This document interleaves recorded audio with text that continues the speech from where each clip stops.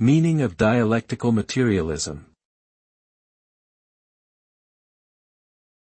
Dialectical materialism. Dialectical materialism. Dialectical materialism. Dialectical materialism.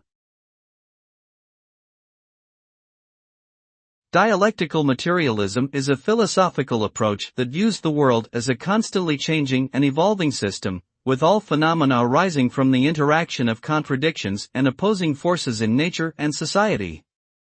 It emphasizes the role of material conditions and the historical development of society, and advocates for the overthrow of capitalist systems and the establishment of socialist societies. The ultimate goal of dialectical materialism is to achieve a classless, communist society where all people have equal access to resources and opportunities, and live in harmony with each other and the natural world.